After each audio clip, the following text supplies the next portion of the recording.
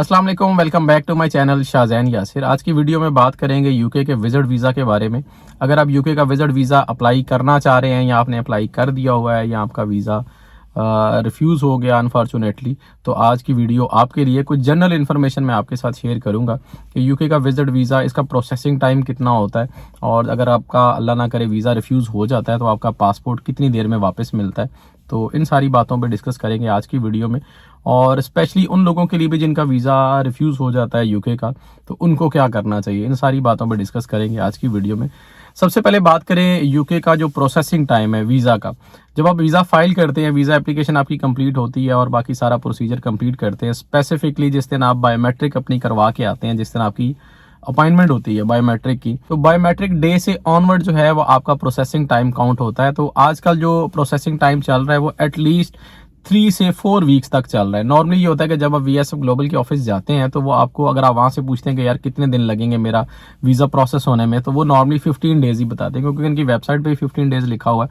लेकिन नॉर्मली जो इस आजकल लग रहा है टाइम, वो तकरीबन 20 से 30 दिन के दरमियान आपका डिसीजन आता है, जिससे आप बायोमेट्रिक करवा के आते हैं।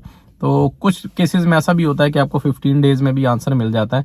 लेकिन ये 20 दिन हो या 15 दिन हो या जितने भी हैं, ये एक्चुअली वर्किंग डेज होते हैं, जिनमें जितनी हॉलीडेज होती हैं वो काउंट नहीं होती, और वर्किंग डेज आपने 15 काउंट करने होते हैं। एक बड़ी इंपॉर्टेंट बात है कि जब आप यूके का विजिट वीज़ा अप्लाई करते हैं और आपने जो ट्रैवल प्लान मेंशन करना होता है, तो वो कोशिश किया करेंगे जब आप वीज़ा अप्लाई कर रहे हैं तो उससे एटलीस्ट 1.5 से 2 माह बाद का ट्रैवल टाइम होना चाहिए। सपोज अगर आप अगस्त में प्लान कर रहे हैं कि मैंने वीज़ा अप्लाई करना है, मिड ऑफ अगस्त से पहले पहले अगर आपको लगता है कि मैं बायोमेट्रिक करवाऊंगा, मेरी अपॉइंटमेंट मिल जाएगी, तो फिर कोशिश करें कि आपका जो ट्रैवल प्लान है वो एटलीस्ट 1.5 मंथ बाद का होना चाहिए।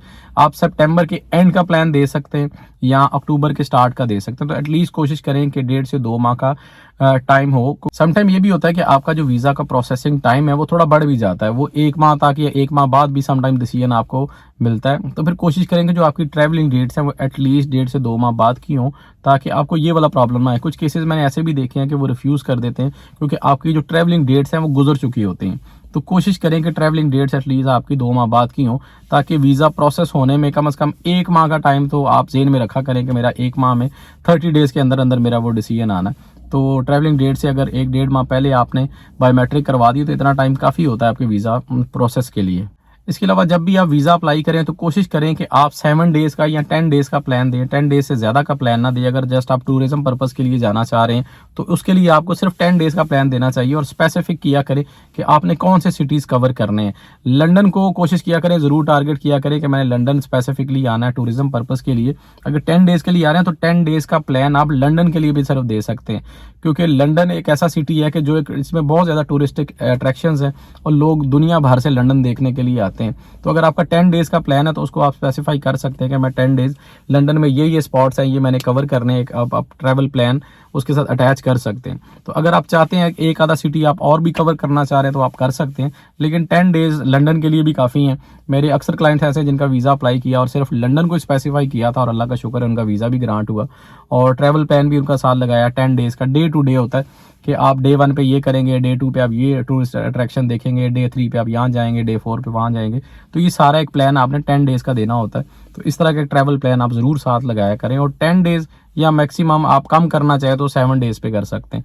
तो इससे कम बिल्कुल ना किया करें।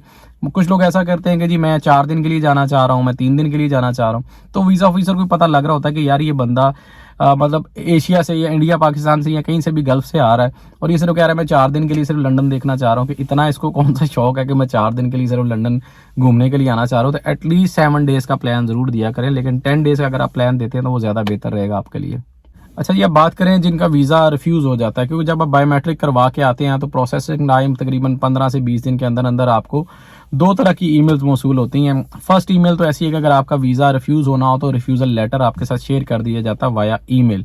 तो अगर आपको रिफ्यूज़ल लेटर मिल जाता है तो उसके बाद जो पासपोर्ट कलेक्शन का आजकल टाइम चल रहा है वो तकरीबन 10 दिन के अंदर अंदर आपको एक और ईमेल रिसीव होती है आफ्टर रिफ्यूज़ल लेटर, कि आपका पासपोर्ट कलेक्शन के लिए रेडी है, आप आके पासपोर्ट लेके जा सकते हैं।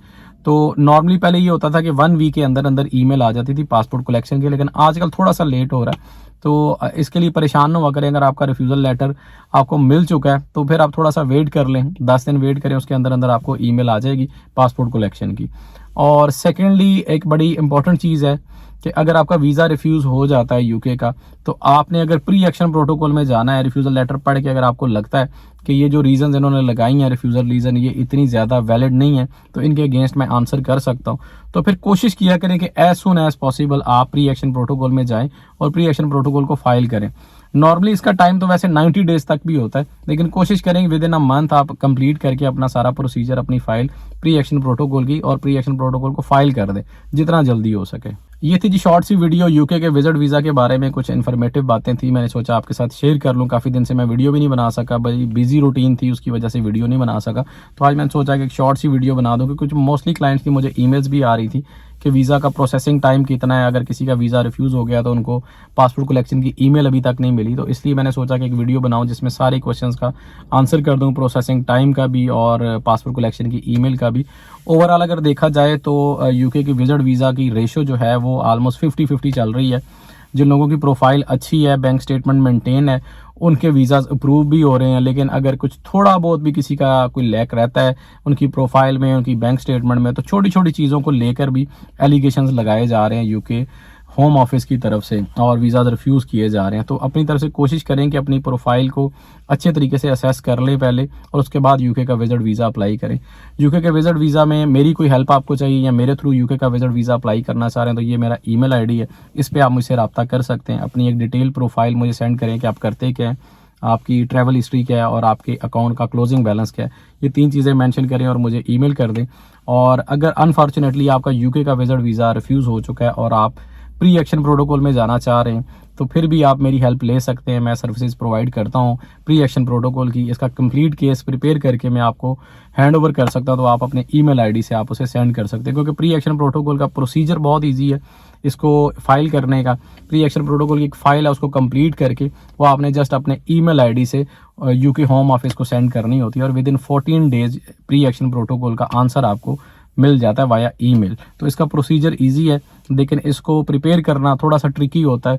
तो कुछ चीज़ों को आपने एक्सप्लेन करना होता है, जितनी चीज़ें आपकी रिफ्यूज़ल लेटर में मेंशन की होती हैं वीज़ा ऑफिसर ने, उनके अगेंस्ट आपने एक एक्सप्लेनेटरी आंसर देना होता है जो सेटिस्फाई कर सके कि जो आपने रीजंस लगाई थी वो इतनी ज़्यादा वैलिड नहीं थी, तो उनके अगेंस्ट मैंने ये एक्सप्लेनेशन दी है। तो वो एक एक्सप्लेनेटरी आंसर आपका एक अच्छा सा आंसर होना चाहिए। तो सारी चीज़ें अच्छे तरीके से एक्सप्लेन होनी चाहिए प्री एक्शन प्रोटोकॉल के अंदर, ताकि आपका केस जो है फर्दर अच्छे तरीके से प्रेजेंट हो और आपका वीज़ा अप्रूव हो सके। प्री एक्शन प्रोटोकॉल में भी काफ़ी सारे वीज़ाज अप्रूव हुए हैं, रिसेंटली मेरे कुछ क्लाइंट्स के वीज़ाज अप्रूव हुए हैं। प्री एक्शन प्रोटोकॉल का जो रेशो चल रही है वो भी ओवरऑल बेहतर चल रही है, लेकिन अगर आपकी जस्टिफिकेशन वैलिड हो, जो रिफ्यूज़ल रीज़न के अगेंस्ट आपने एक आंसर दिया होता है वो वैलिड हो, तो फिर आपका वीज़ा अप्रूव होने के चांसेस काफ़ी ज़्यादा होते हैं। तो अगर आपका यूके का वीज़ा रिफ्यूज़ हो जाता है तो ज़्यादा परेशान होने की ज़रूरत नहीं है, और फ़ौरन से ये ना सोचें कि मैं बस रीअप्लाई कर लूँ। अभी इस मंथ में मेरा वीज़ा रिफ्यूज़ हुआ है, सपोज अगर अगस्त चल रहा है, तो मैं जी नेक्स्ट मंथ सितंबर में मैं अप्लाई करूँ दोबारा से और मैं सारी चीज़ें फिर से लगाऊँ, तो वो लगाने की बिल्कुल ज़रूरत नहीं है, और फ़ौरन से आपको रीअप्लाई नहीं करना चाहिए। अगर आपको लग रहा है कि कहीं वीज़ा ऑफिसर की गलती है या रिफ्यूज़ल रीज़न जो लगाई है मेरे रिफ्यूज़ल लेटर में वो इतनी ज़्यादा वैलिड नहीं है, तो फिर आपको प्री एक्शन प्रोटोकॉल में जाना चाहिए। चाहे आपके रिफ्यूज़ल लेटर के नीचे ये लिखा हुआ है you have no right of appeal, तो फिर भी आप प्री एक्शन प्रोटोकॉल में जाके इन सारी रीजंस को चैलेंज जरूर कर सकते हैं। तो अच्छे तरीके से सोचें और उसके बाद डिसाइड करें कि आपको प्री एक्शन प्रोटोकॉल में जाना चाहिए या आपने रीअप्लाई करना। अगर रीअप्लाई भी करना चाहते हैं तो एटलीस्ट 6 मंथ्स का वेट कर लें। 6 मंथ से ज़्यादा का कर सकते हैं तो ज़्यादा बेहतर है, वरना रिफ्यूज़ल के फ़ौरन बाद अगर आप दोबारा से अप्लाई करते हैं तो फिर भी चांसेस होते हैं, अगर आपका केस वीक है या ऐसी कोई रीज़न है कि जो आपके पास उसको आप एक्सप्लेन नहीं कर पाएंगे नेक्स्ट अटैम्प्ट में, तो फिर कोशिश करें कि आप थोड़ा सा वेट कर लें और उसके बाद अपना वीज़ा अप्लाई करें। तो ये थी जी आज की वीडियो। होपफुली आज की वीडियो आपके लिए इन्फॉर्मेटिव रही होगी। वीडियो अच्छी लगे तो वीडियो को लाइक जरूर कर दिया करें और कमेंट्स में अपना फीडबैक जरूर दे दिया करें कि आपको वीडियोस कैसी लगती है। अगर मेरी कोई हेल्प चाहिए तो मेरे इस ईमेल आईडी पे आप मुझसे कांटेक्ट कर सकते हैं, मैं आपको उसका रिप्लाई जरूर कर दूंगा। रिप्लाई समटाइम थोड़ा सा लेट जरूर हो जाता है, लेकिन मैं कोशिश करता हूँ विद इन अ डे आपको रिप्लाई, ईमेल का रिप्लाई स्पेशली जरूर कर दूँ। बाकी कमेंट्स का रिप्लाई भी, जो वैलिड क्वेश्चन होते हैं तो वो तो मैं उनका आंसर कर देता हूँ, जो इतने वैलिड क्वेश्चन नहीं होते तो उनका मुनासिब नहीं समझता मैं रिप्लाई करना। कि मजीद इस तरह की वीडियोस देखने के लिए आपको चैनल को जरूर सब्सक्राइब करना पड़ेगा। तो मिलते हैं नेक्स्ट वीडियो में, तब तक के लिए अल्लाह हाफिज़।